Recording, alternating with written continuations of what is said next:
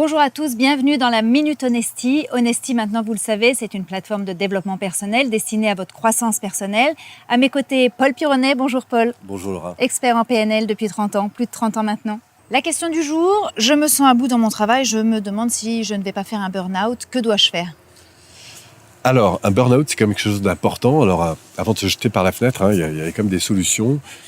La première, pour moi, c'est d'abord de reconnaître ce que c'est qu'un burn-out. Un burn-out, c'est un décrochage complet. C'est-à-dire que le système, le corps, lâche complètement. Et avant que le corps lâche, il y a des alertes à prendre en compte qui sont d'ordre énergétique ou émotionnel, voire mental, qui sont les niveaux qui sont au-dessus. Donc, je dirais que première chose, si vous ressentez à un moment donné ce sentiment de ne plus être nourri par le métier que vous avez, par l'activité que vous avez, et que vous sentez des creux de plus en plus forts, la première chose, c'est d'écouter ce qui se passe. D'écouter ce qui se passe en vous, quels sont ces creux, quels sont ces manques, et reconnaître en fait ces manques. La deuxième chose, ça va être de rééquilibrer entre ce monde extérieur qui nous absorbe comme ça de plus en plus, soit par passion, soit par contrainte, mais en tout cas de rééquilibrer, de se dire au fond, qu'est-ce qui va générer chez moi de la qualité de vie sur le moyen terme et le long terme ? C'est quoi mes importants ?